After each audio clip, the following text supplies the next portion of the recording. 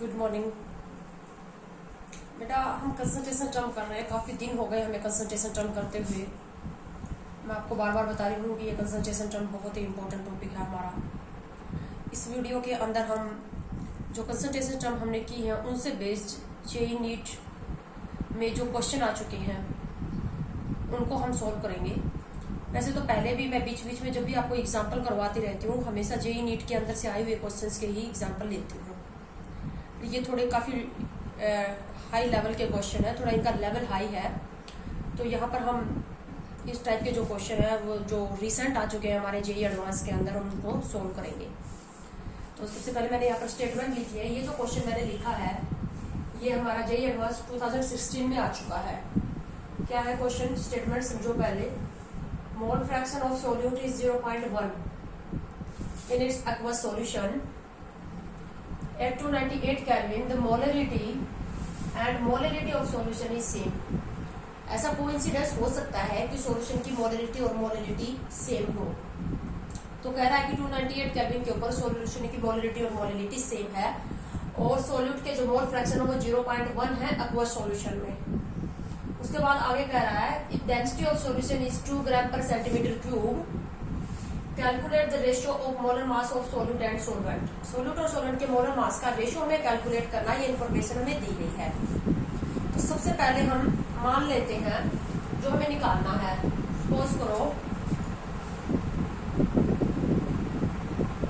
Molar mass of solute हमने मान लिया x ग्राम और molar mass of solvent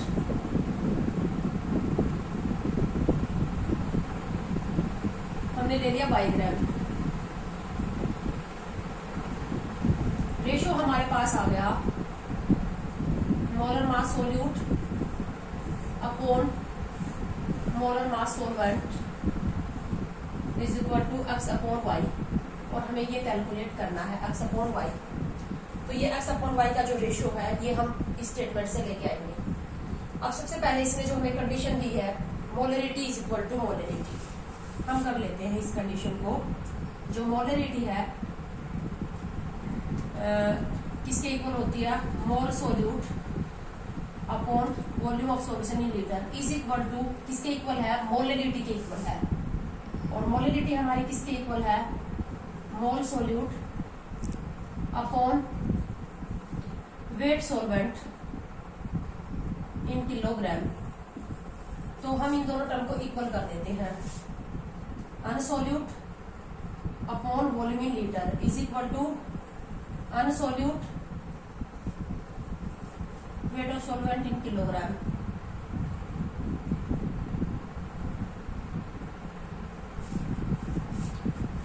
mole solute हम कहां से लेके आएंगे? अब हमें साथ में दिया गया है सोल्यूट का मोल फ्रैक्शन। सोल्यूट का जो मोल फ्रैक्शन है एक्स सोल्यूट वो है हमारे पास 0.1। इसको हम क्या लिख सकते हैं? Mole solute upon mole solute plus mole solvent. ये जो एक्स सोल्यूट है 0.1 मैं इसको 1/10 लिख सकती हूँ।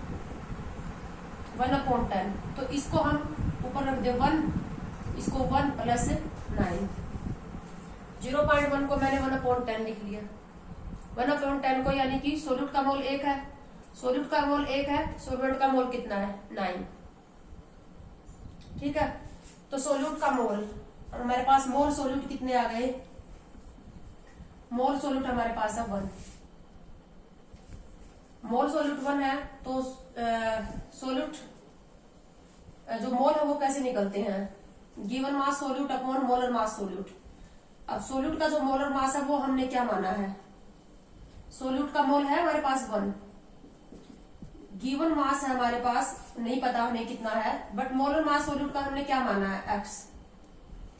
तो गिवन मास सोल्यूट आ जाएगा हमारे पास। सोल्यूट का गिवन मास आ गया हमारे पास x ग्राम।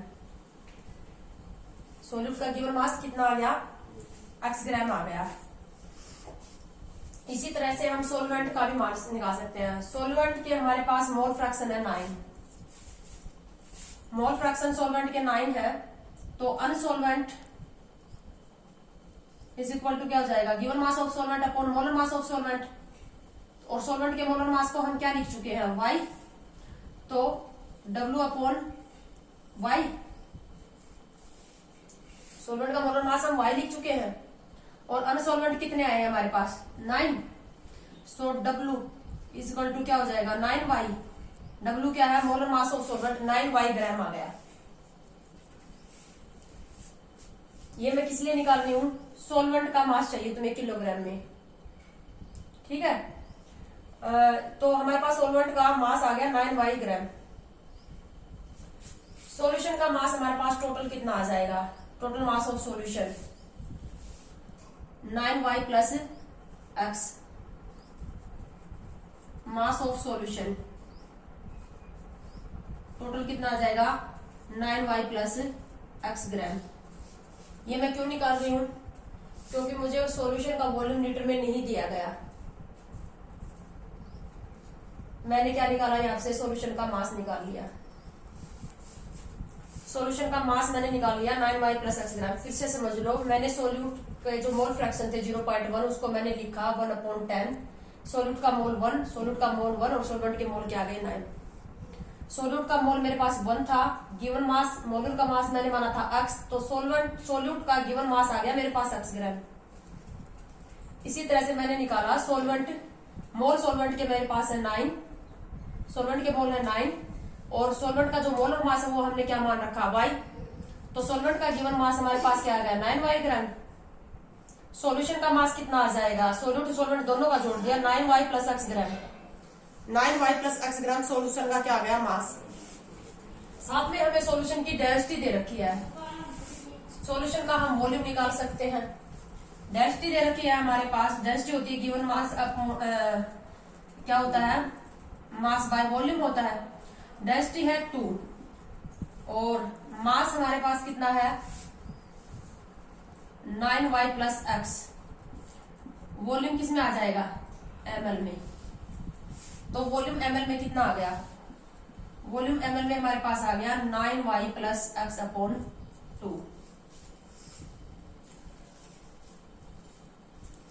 मास सॉल्यूट हमारे पास क्या आ गया, x ग्राम। मास सॉल्वेंट आ गया 9y ग्राम, मास सॉल्यूशन आ गया x प्लस 9y ग्राम। डेंसिटी है सॉल्यूशन की, मास निकाल सकते हैं। मास कितना, मास तो दिया हुआ, सॉरी वॉल्यूम निकाल सकते हैं। वॉल्यूम क्या आ जाएगा, मास अपॉन डेंसिटी।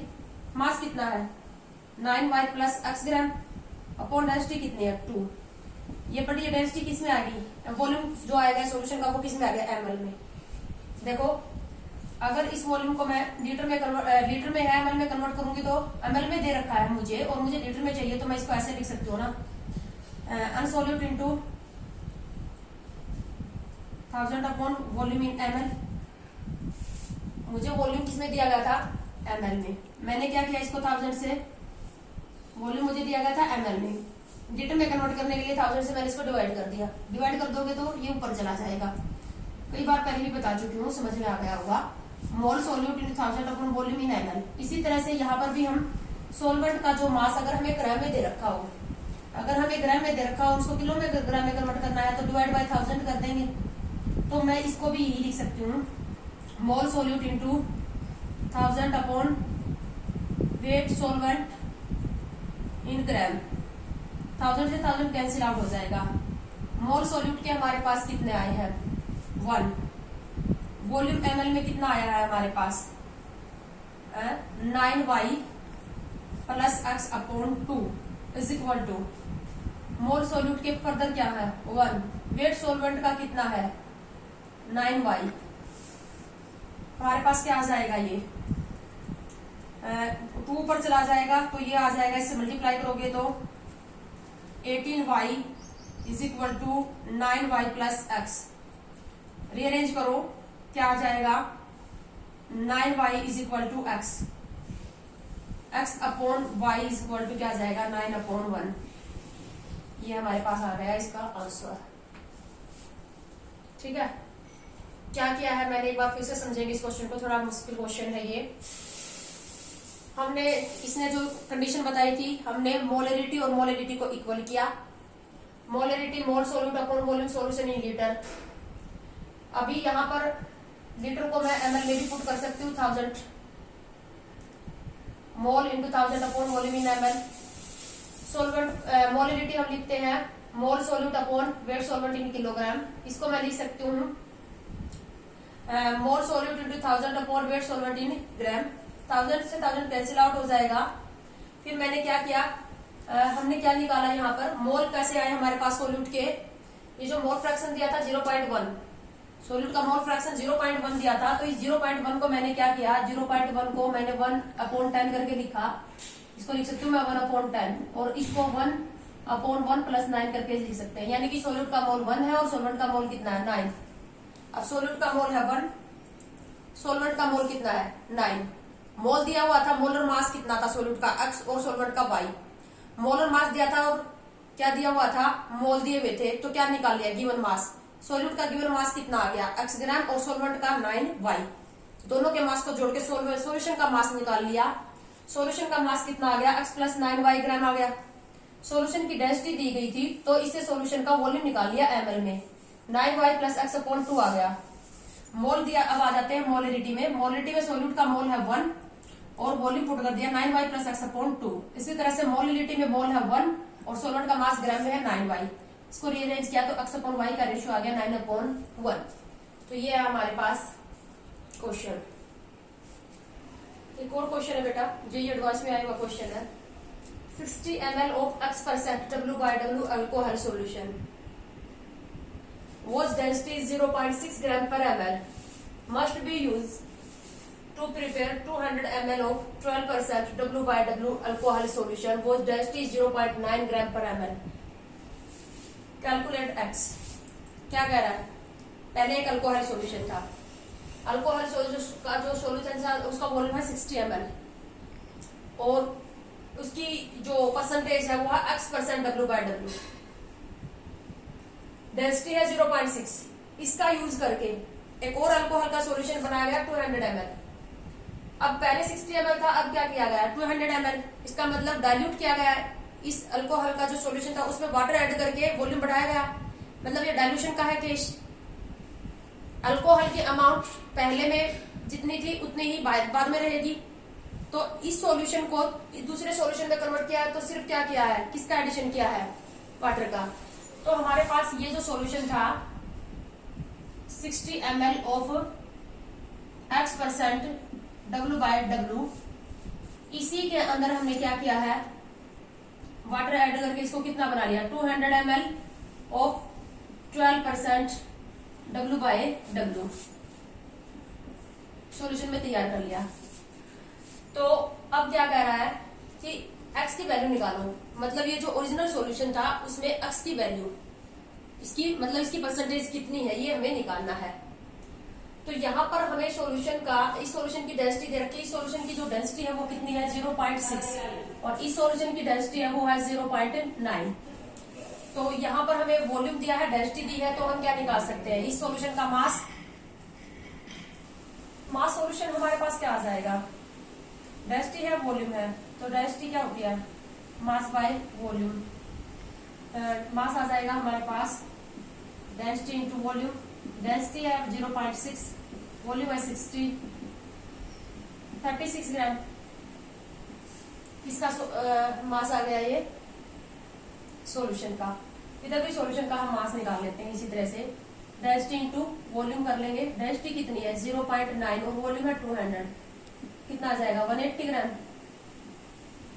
अब हम एक कंडीशन लगाएंगे आगे चलने के लिए। क्या कंडीशन है, जितना अल्कोहल इस सॉल्यूशन में पड़ा है, अल्कोहल सॉल्यूट है, जितना अल्कोहल इस सॉल्यूशन में पड़ा है उतना ही अल्कोहल उस सॉल्यूशन में, क्योंकि डाइल्यूशन किया है हमने, सिर्फ वाटर ऐड किया है। सो मास और mole of alcohol present in this solution is equal to mass और mole of alcohol present in dilute solution. तो दोनों साइड हम क्या करेंगे, अल्कोहल के मास को इक्वल रखेंगे। तो हम यहाँ पर निकालेंगे मास ऑफ अल्कोहल। अब अल्कोहल का मास हम कैसे निकालेंगे, यहाँ पर है x% W/W अल्कोहल। ये जो सॉल्यूशन है इसका x% W/W यानी कि x ग्राम 100 ग्राम में है।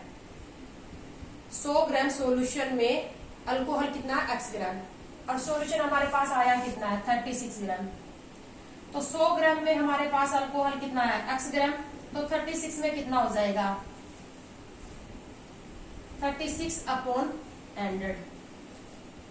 मास अल्कोहल का निकाल लिया। सीधी सी बात है, 36 ग्राम सॉल्यूशन का मास आया था, इसका x%, ठीक है। 100 ग्राम में था x ग्राम, तो 36 ग्राम में कितना होगा 36/100। और यहाँ पर अल्कोहल का जो मास होगा उतना ही अल्कोहल का मास वहां पर भी होगा। इधर भी अल्कोहल का मास निकाल लेते हैं। मास ऑफ अल्कोहल यहाँ पर है 12%, इस सॉल्यूशन का 12%। सॉल्यूशन का मास कितना है 180, तो 180 का हम 12% निकाल लें इंटू 12/100। ये बात समझ में आ गई। दोनों साइड मैंने अल्कोहल के मास को इक्वल कर दिया। इधर अल्कोहल का मास जो सॉल्यूशन का उसका 12% है, तो सॉल्यूशन का मास है 180 का 12% आ गया, इधर है x%। इक्वल कर देते हैं इन दोनों टर्म्स को। 36/100 इज इक्वल टू 180 इंटू 12/100। 100 से 100 कैंसिल आउट हो जाएगा। 3x is equal to 180, x is equal to कितना आ जाएगा 60। x की वैल्यू हमसे पूछी गई थी, तो x की वैल्यू हमारे पास आ गई 60, यानी कि ये जो सॉल्यूशन है ये है 60% W/W। तो इस तरह से हमने इस क्वेश्चन को सोल्व किया, ठीक है। तो डाइल्यूशन वाला मेथड हमने लगाया है। क्या हमने यहाँ पर कंडीशन रखी, दोनों साइड अल्कोहल का मास जो हो वो इक्वल रख दिया। तो ये थे हमारे पास कंसंट्रेशन से रिलेटेड जेईई एडवांस के अंदर आए हुए क्वेश्चन। अब हमारे पास एक टर्म और रहती है नॉर्मलिटी, उसको हम नेक्स्ट वीडियो में लेंगे।